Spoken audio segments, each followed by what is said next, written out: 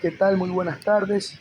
Mi nombre es Jorge Luis Morocho Moyolema, estudiante de la Universidad de Guayaquil, de la Facultad de Jurisprudencia, Ciencias Sociales y Políticas. Hoy vamos a hablar sobre el principio de incoercibilidad.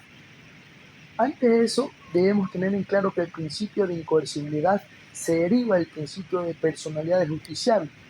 Este principio consiste en que toda persona investigada penalmente tiene derechos humanos, que están tutelados tanto por la Constitución de la República del Ecuador, por los derechos humanos y también por el Código Orgánico Integral Penal. Del principio de personalidad del justiciable se derivan tres principios, que son el principio de estatus de inocencia, el principio de incoercibilidad y el principio de los límites objetivos y subjetivos de la sentencia. En este caso, como ya lo mencioné anteriormente, vamos a hablar sobre el principio de incoercibilidad.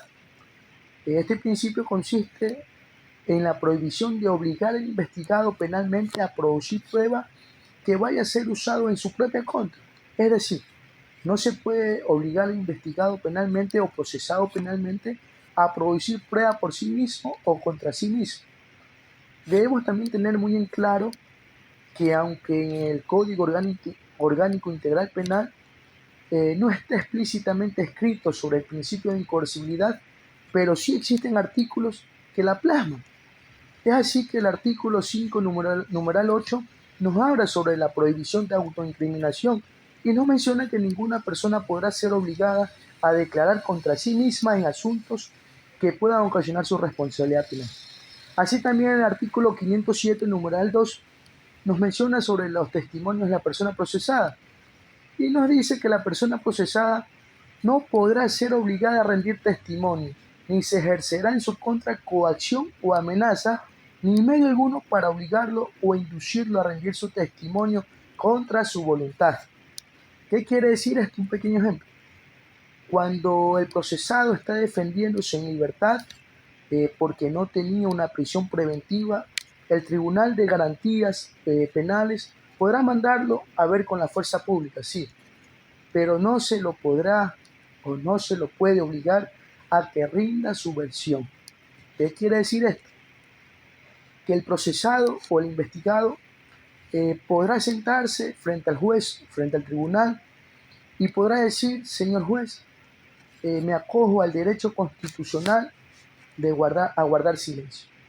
Este silencio del procesado no puede ser malinterpretado en su contra, ni utilizado en su contra. En el artículo 508, que nos habla sobre la versión de la persona investigada o procesada, nos dice que la persona investigada o procesada deberá rendir su versión de los hechos previo la comunicación de su derecho a guardar silencio.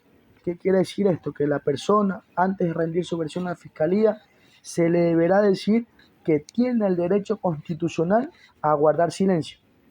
En el artículo 569, que nos habla sobre la objeción, nos dicen que las personas podrán objetar con fundamento aquellas actuaciones que violen los principios del debido proceso, tales como la realización de preguntas autoincriminatorias, las capciosas, las compuestas, las impertinentes, las vagas o ambiguas, aquellas que estén fuera de la esfera de la percepción del testigo, excepto en el contrainterrogatorio, también salvo en los casos de peritos dentro del área de su experiencia. ¿Qué quiere decir esto?